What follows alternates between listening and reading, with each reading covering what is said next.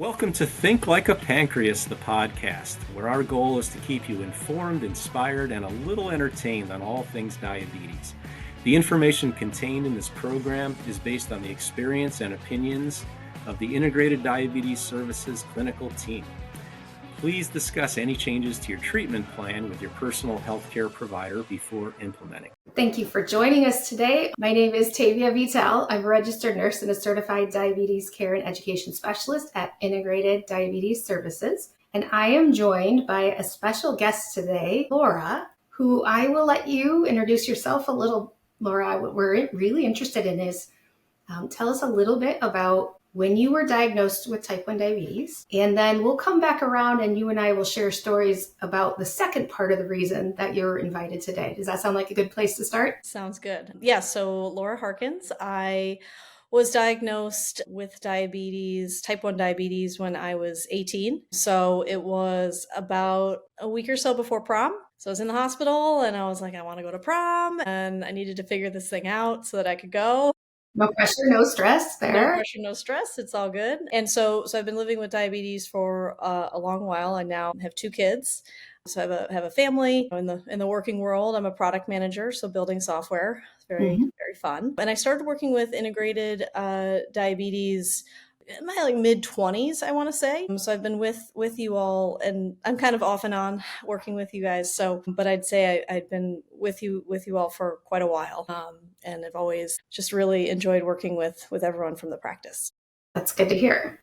Yeah. So what Laura and I have in common, we have a couple of things right off the bat. The first is that, of course, as a diabetes educator at Integrated Diabetes Services, I also live with type 1 diabetes myself, and I was diagnosed at age 2.5, and that was over 40 years ago. So now you know I'm older than 40 something. Yeah, so I've also lived with type 1 for many years. And I'm married. I have 2 children that are now teenagers, which I can't believe, and work full time at Integrated. Keep busy that way. And then the secondary reason that I asked Laura to join us today is that we have this other thing in common. So I mentioned I have 2 children. My oldest, his name is Isaiah. He's 17 now. He was diagnosed with type 1 diabetes when he was age 12, May of 2020. And how about you, Laura? Yes, so I have 2 toddlers, a 4-year-old girl and a 2-year-old son. And my 2-year-old was diagnosed with type 1 diabetes not too long ago. January. Well, this is fresh. This is new. So fresh diagnosis here. Yeah, so a couple months ago. About then, I was still crying quite a bit. How are you doing? How are you doing with the diagnosis? I was kind of choking up a little bit, but I got it. Okay. No, it's as someone living with type 1 and wanting to have a family, I come from a very large family. My dad is one of 8 and I'm one of 4. So I've always wanted to have a family. So back when I was diagnosed at 18, it was always on my mind. What is the likelihood I'm going to pass this on? And, when's a good time to start thinking about starting a family? And when I had my daughter, I think I was even more obsessed with the signs of diabetes. And when we finally potty trained her, I was taking ketone strips once in a while and just doing a little dipping once in a while. And everything was all good. It was always on my mind starting a family. And I'd say when I had my second child, typical number 2, where you're not as kind of vigilant as you are with your first. So when he started showing some signs, I think I kind of knew in the back of my mind that, I should probably check his number. But as with all 2-year-olds, they're constantly getting viruses. They're constantly fluctuating in their eating and their drinking and their diapers. So I was kind of and then finally it really hit one Saturday when, we had kind of started investigating better diapers, and he woke up from a nap when he was sitting with me and just chugging water without breathing. And I was like, okay, I need to check his number. It was soon enough that once we got into the hospital, he wasn't DKA or anything, which kind of didn't even come across my mind because I've never been DKA. So I was like, oh, I'm glad that we finally were like, yep, we should check his number. And, pulled out my old meter from years ago because I don't use it as often. And yeah. So all of that to say is it was kind of always on my mind. So kind of knew it could have happened. And so when he was diagnosed, I kind of took a very much matter-of-fact way about it. I think that's how I was diagnosed too. This is what it is, and we're going to figure it out. And luckily I had all of the knowledge I had as an adult to make me feel a little bit more confident, but then also really thinking about, well, I don't know how this is for a toddler. So what does that look like? Yeah. And For how a is it toddler, than an adult? different Yeah. story. Yeah. How about the rest of your family? How did they respond? Yeah, so I think when I started working with integrated diabetes, I was actually looking to start a family. So I really wanted to get better control of my numbers and really get better understanding of why certain things would happen with my numbers. And I wasn't getting as much the why behind some of our fluctuations in blood glucose from my traditional endocrinologists or even educators here in Chicago. And I really wanted to seek out more knowledge about this and came across Jenny's book. She is another nutritionist at Integrated Diabetes about pregnancy with type 1. And I'm like, oh, it kind of all led me to integrated diabetes. And that's where I really knuckled down and learned all about everything behind, blood glucose that I didn't really learn when I was diagnosed and didn't really seek out information prior to that moment, which is kind of crazy thinking back. But I mean, there's so much to know and there's so much to contend with. And there's always something new to be learned. You can't really. And what I'm getting to is when I was starting to dig into this for pregnancy, my husband he's much more of a bookworm. So he was looking into sugar surfing and all these other, nutritionist books. And so we were really a good team thinking about starting a family and then actually getting into pregnancy and really what was going on with my numbers, how to best strategize what was going on. So he's always been my thought partner during tough times like pregnancy, where you got to be in super, super control. So when Nate was diagnosed, I think we went into that same mode of just a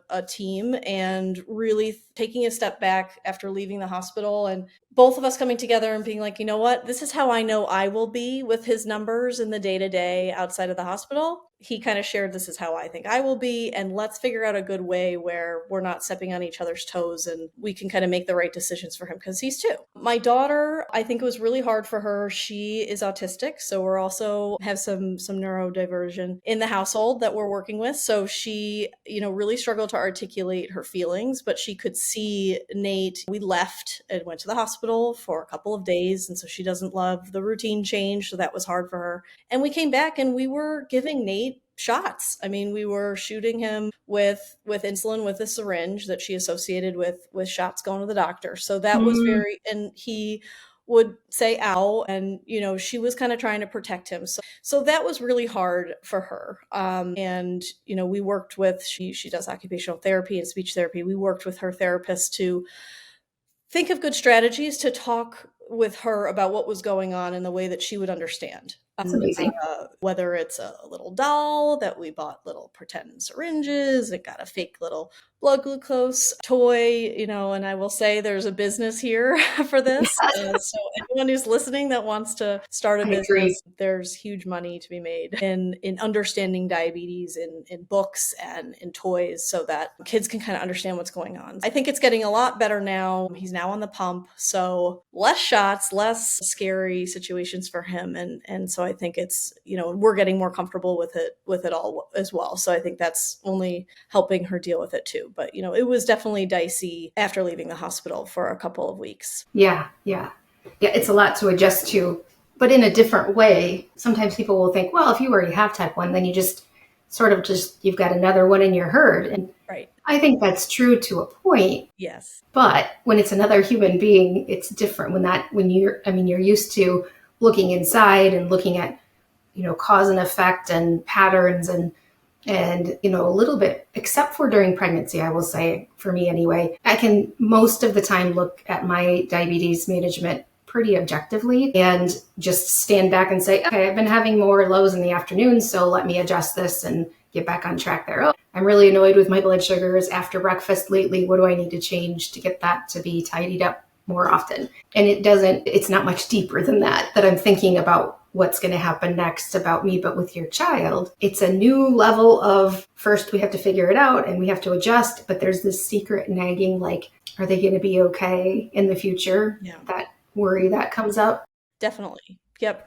For all of us, parents with kids with type 1, right? Absolutely. Yeah. As they get older, he's 2, so now is a little bit easier, but you do want to teach that independence because you do ultimately need to own it as a type 1 moving forward. And yeah, do exactly what you said, is kind of take a step back and figure out tweaks, because you don't want it to be your life. And that was hard for me. It was, when I was diagnosed, definitely a perfectionist and was really nitpicking the numbers. So I've learned with that. I think you also bring in your baggage, right? So I think I still have those low fears. And so when I see his number and I'm like, my husband's like, well, we got to cover what he ate. And I'm like, but what if he goes low?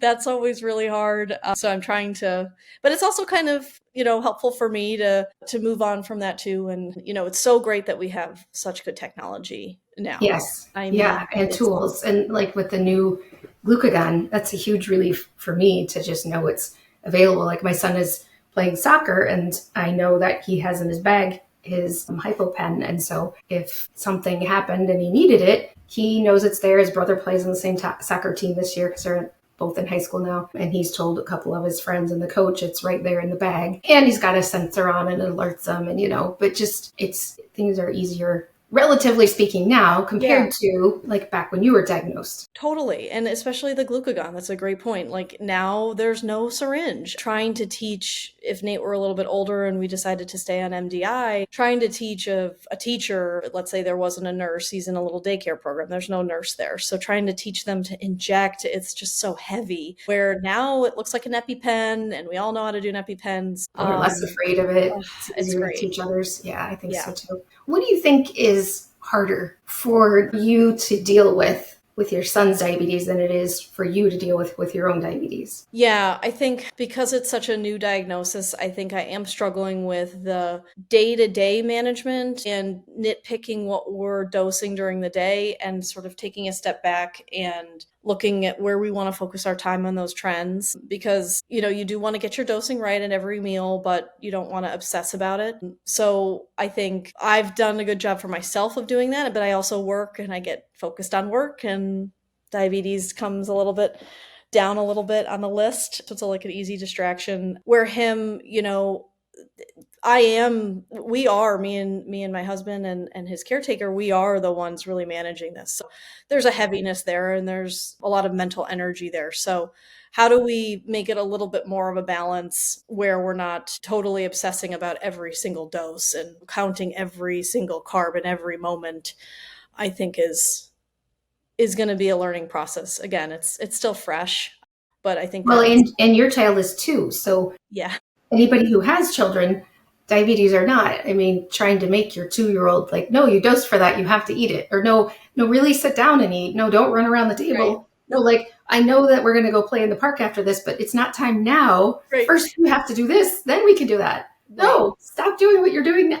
Like, oh, your glucose is coming down. Sit still while you, right? Exactly. Like, you chase them around with, you just can't deal with that at all. And there's a lot more rationalize with a toddler. You could try, but you're going to be the one frustrated. The one thing that's been really great is he is so good about taking low treatments. So he's also going through a honeymoon phase. I'm not sure if that's on your list to chat about, but that is something that I never went through.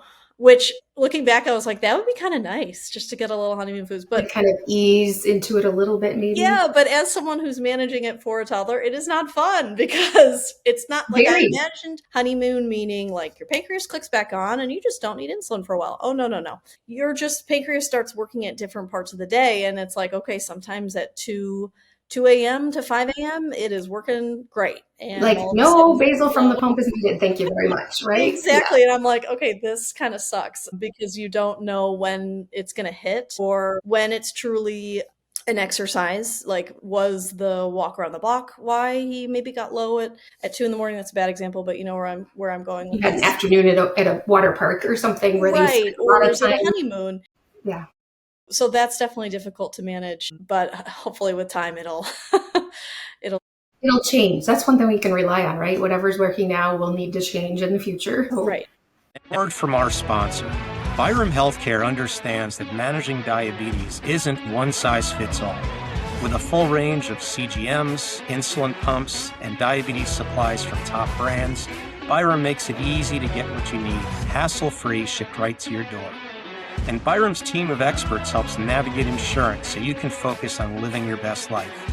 Ready for better diabetes care? Visit byramhealthcare.com/podcast or call 866-692-8024 and select option 3. And now, back to our program. My son had, he was diagnosed as a teenager or as a 12-year-old, and he was tiny. I mean, I was pretty tiny when I was little, and my husband isn't a very tall guy either. We had our kids in different studies looking for type 1 diabetes to detect it, right? So I know that both my boys have high-risk genes for type 1 diabetes, and especially at Cy, I was making antibodies for almost 10 years before his diagnosis. So his wasn't a fresh out of the box surprise. It happened, no idea it could be happening. We knew it was coming when he was diagnosed. But once he got his diagnosis and started insulin, he started gaining some weight and getting taller. In the first, also 12-year-olds between 11 and 13, kids have all these monster growth spurts like normally anyway. But he went from like 56 pounds to, 90 pounds or so in a year. Like he just gained weight and he grew several inches. It was phenomenal to see him getting healthier and bigger and growing like he's supposed to. But he did have a good honeymoon. I call it the phase. I don't think it's a period of time. That sounds like a week or two and then it should be done, right? I agree. It needs to be relabeled. Yeah. So he is a 17-year-old boy, and normally 17-year-olds need a ton of insulin. Not a little bit, not a lot, like buckets of insulin comparative to when they're young, and then comparative even to many adults. He sometimes needs 0 basal still, or like 0.05 or 0.1 unit per hour basal rates, which is just wild. Like in the afternoons when he plays soccer, we have to turn his pump way down. His carb ratio is something silly like 1 for 20 grams. Whereas without soccer, it's 1 for 7, which that, physical activity impacts everything. But to a degree, you still need some insulin. It's unusual. Like lots of kids are super active and in sports, and I see their basal rates are like 1 point something, 2 point something at his age. Nope, not him. He still makes the tiny bit of insulin, which up until about last year, so the first 3.5 years, I'll say, it was challenging for him to get up into the 300s. It could happen. Don't get me wrong, right? But it would be very rare. Now that the honeymoon period the phase is sort of dwindling and he's making less insulin, now it's easier. Now if he delays changing his pump site out, like sometimes he'll be like, yeah, I got it. And then like an hour or two later, I'll see the glucose graph going up and he'll be like, hey, did you put your new site on? And he'll be like, oh, I got sidetracked. He can hit 300 now doing that where he couldn't last year, you know? Yeah. So I think that's been a challenge for me, is to see him be more like how my diabetes behaves, where it's harder and there's more fluctuation more easily. And that includes lows. So once you lose more insulin production, you have less insulin produced, then you also lose some other gut hormones that help regulate blood sugar and keep you safer from severe lows or severe elevated glucoses. And seeing that change in him has been, I don't like it because I know what it feels like. Yeah. And I know it's hard. And I wish that he didn't have to deal with all of that. He handles it like a champ. Absolutely. He really does. Yeah. It's really hard as a mom to watch that.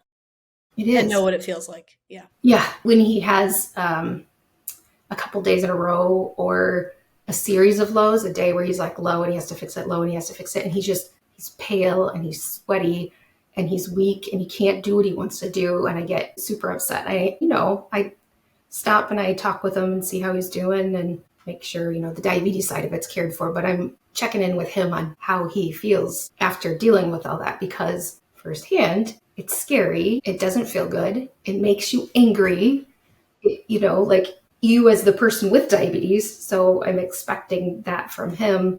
Or if not, that's okay too. Great if he doesn't really care. But I just want him to know that he can talk to me about those things, because I grew up my whole life without that. No one knew what I was going through. Right. Yep. And I think, so when I see him really low, it gets me every time, because I'm just like, oh, he feels lousy. I'm not scared for his safety because I know we got this. Yeah. But I just hate that he has to experience that. Yeah. Makes me frustrated. Yeah. And I think we also know, living with type 1, I don't know about you, but we all experience diabetes burnout, of just thinking about it and having that mental baggage of like, the technology is great, right? Like I think I've had way less lows now that I can do automated mode and there's all these great algorithms. But sometimes then, you kind of, when you get low, you remember all that time before. And it's like, it's heavy. It's heavy. And yeah, you can't do what you want to do. And you still worry. I still have that baggage. Like I said, even when he goes low, I'm like, oh gosh, what's going to happen? Like, do I need to not send him to school? Should I throw a movie on so that he doesn't have to run around and it gets worse. It's a lot. It's a lot for your mind on top of your own baggage with your own diabetes. So yeah, I think I do best with it when neither of us have a lot of alerts going on overnight and we get several nights of sleep in a row. It's amazing. Yeah. But like if he's going through a growth spurt and he needs wildly different amounts of insulin than normal all of a sudden, or his growth spurt stops and we have to back off of things again and he's getting lows overnight. And then if I have a weird sensor or I have a low or whatever, it's just too much sometimes. It just really is those nights, I think, and the next day after. Yeah.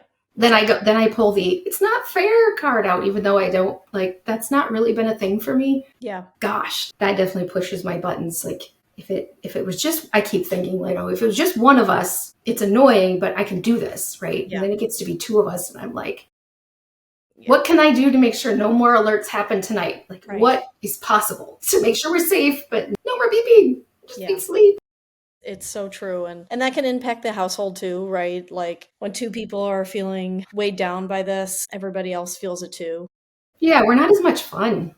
Yeah, which like we understand, right? They understand. It's a bummer. How do you feel when people say, if you say, oh, my son got diagnosed with type 1, they say, oh, well, at least he's got you because you're doing a great job with your diabetes. So it's really great. It's lucky that he has it because you can just teach him everything. Has that happened to you? Yes. Actually, I would say when he was diagnosed, I was a little more reluctant. In our lives, I would say most people know that I'm diabetic, but for, his therapies that he goes to or his little daycares, we kind of just started this year, so they don't really know me that well. They don't see my devices. They don't hear me beep. So I was kind of reluctant to share. I also have it at the same time that I was sharing he has it, because I didn't want there to be this like, oh, of course, if you have it, he's going to get it. One of you is going to get it, because that's just not true. Right. With statistics and everything. I mean, there is probability, right? But then it was also hard for me to deal with as a mom, like knowing I could be passing this down. I was always having that heaviness. So for the people that did know, they were actually pretty great. They wouldn't say something like that. I think I would be the first one to share, like, it's been good that I also have the pump. I also have the Dexcom. So Nate is still kind of delayed in his language and some of his development. So, which I'm wondering might be because of diabetes, but that's another topic. So it's been good for someone who is lacking speech and sort of some of these skills, for I could point to myself and say, oh, mommy has one too, mommy has one too. And that really helped him. So I share that with people when they say, how are you doing with this? Because I think they can kind of put the connections together that it's a lot. I can kind of share that is a bright side is, I can sort of have that relationship with him so that he understands what's going on if he's not getting it truly. That's nice. But when someone does say that who doesn't really know me, it is tough, or sometimes it's brushed aside because they might not know the whole disease. Right. That's hard. That's hard. And I don't want to be educating them. I have enough educating to do. Like when he was diagnosed, we had to we kind of had to re-educate my parents a little bit because, I was diagnosed at 18, so I was kind of doing it on my own. They didn't really learn the ins and outs. So I kind of had to re-educate them because they help babysit and such. I had to educate the caregiver, and my husband helped too, but because it was so back of the napkin for me, I felt like I just did it a lot. His teachers and stuff like that. That was one of the first things I sort of had to do, and I would just show my devices so they knew what it was look like and what to expect without having to bother him. So that was a positive. But no, it's hard. It's hard when they might not know exactly what's going on. And then, it's like a brush off comment. You're right. If some people that aren't necessarily really involved in, there would be no way for them to really understand what our lives are like because they don't have to deal with it. So it's different, right? Right. And Yeah. sometimes I don't want to talk about it. Right. So Fair. I'm like, it's lucky that I have it too. Sure is lucky. Right, because you're gonna take those moments where, like, you know what, I don't really want to talk about it right now. Just like when you beep somewhere where you don't want to talk about it, and you're like, Yeah.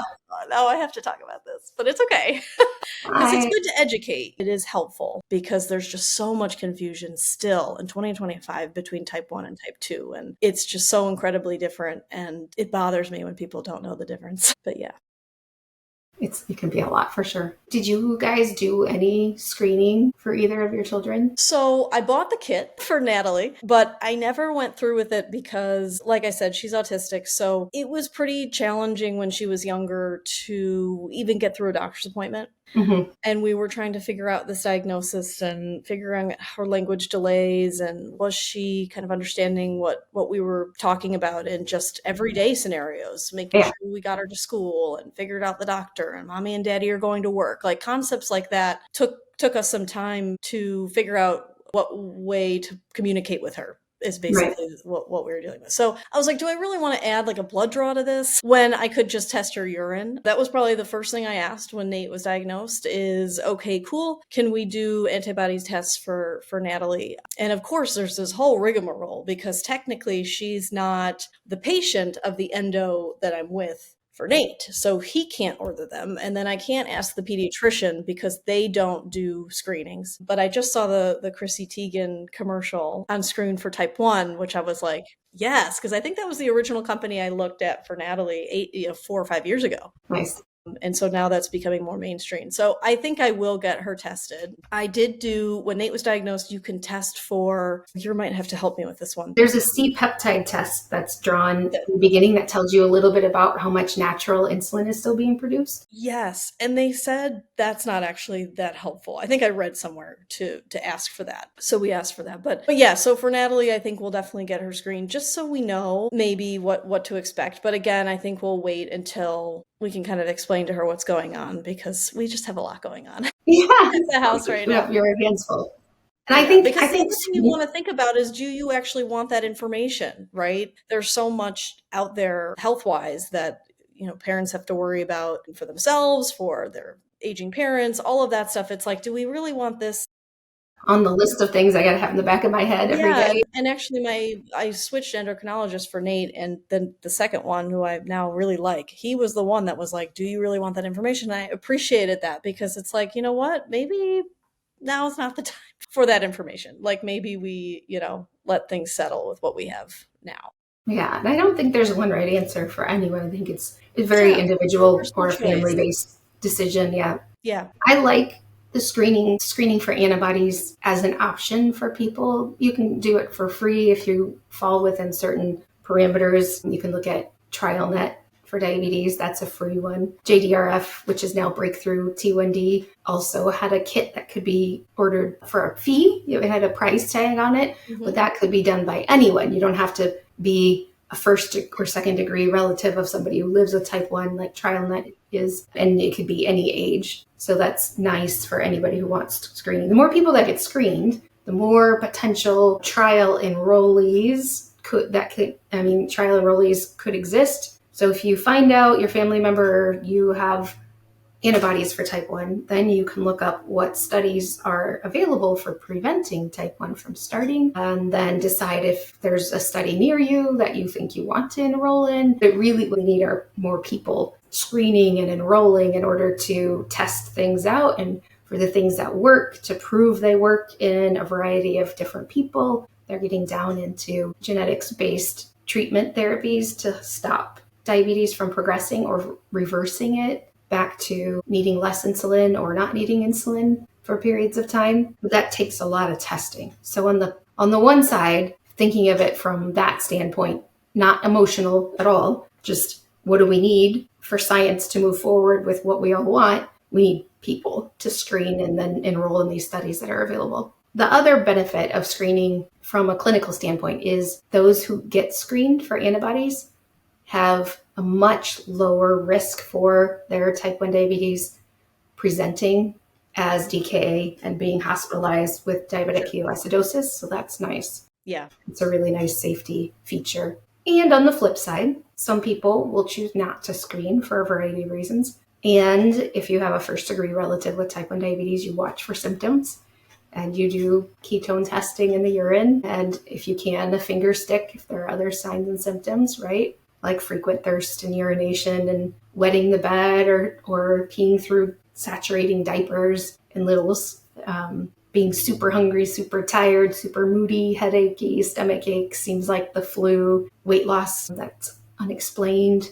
There's so many things, so many different symptoms that it's hard to know. Some of that just sounds like a grumpy kid or the flu or who knows, right? But if you know about the symptoms, then you can check sooner, like what you guys did, which is important. That doesn't get us down the cure research path, but it does keep safety in mind, which is really the most important piece, right?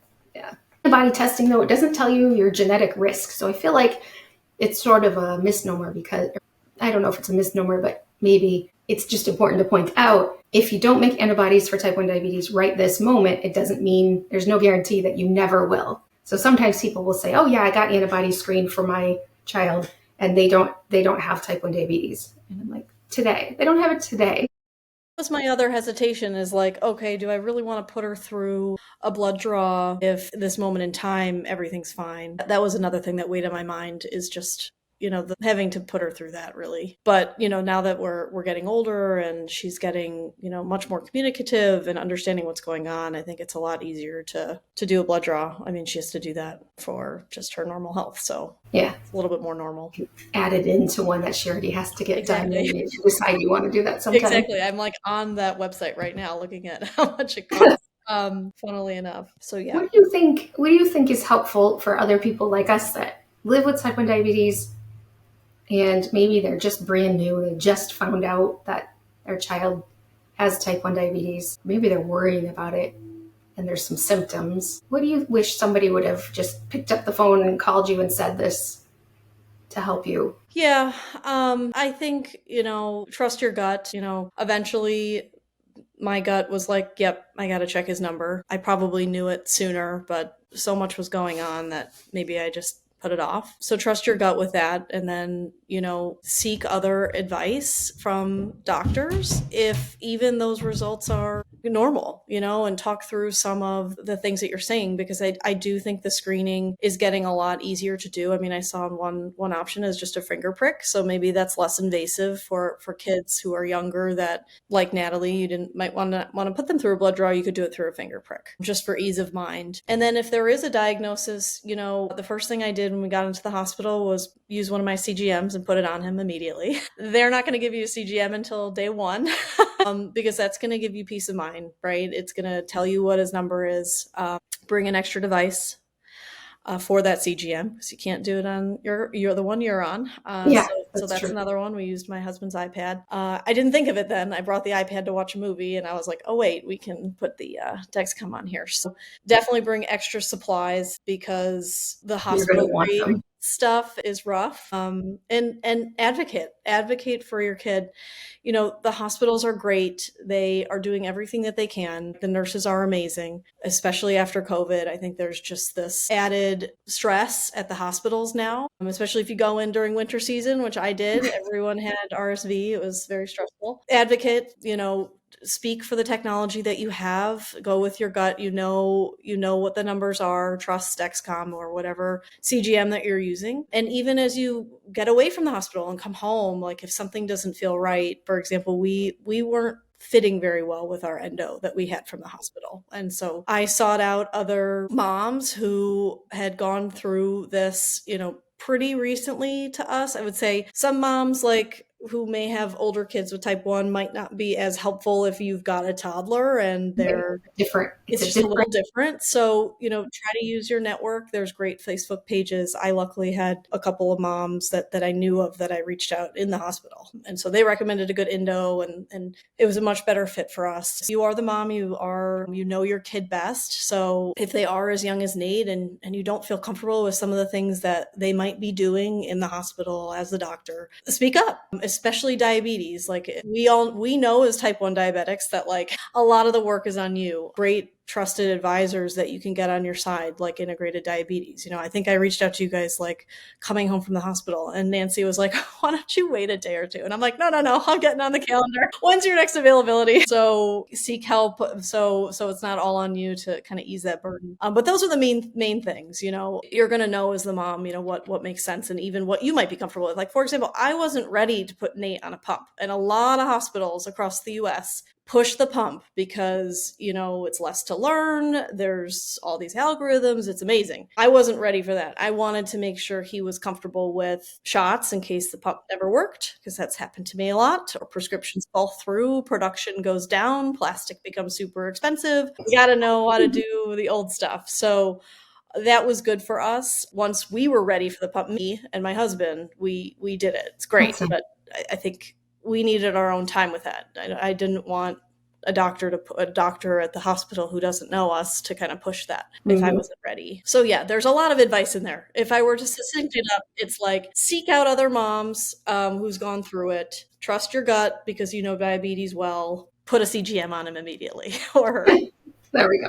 We talked through several things, you and I. We talked about what it was like living with type 1 diabetes ourselves and then having one of our children get diagnosed and what that experience was like. We talked about how living with type 1 ourselves gave us some advantages to being able to navigate our child's type 1 diabetes in a little more structured, a little less emotional way once things got rolling. And you brought in some really good information about how important it is to get resources and outside input from people, other moms who live with type 1 diabetes, and to partner with who you have in your family, in your case, your spouse, for example, to get the right amount of support whenever possible for the both of you, right? Both people living with type 1 need help and support with getting through each and every day and night with diabetes. And I think we covered some good topics with how many different choices there are and how just living with type 1 diabetes and then having it in your child as well can feel pretty overwhelming, kind of heavy is how you described it.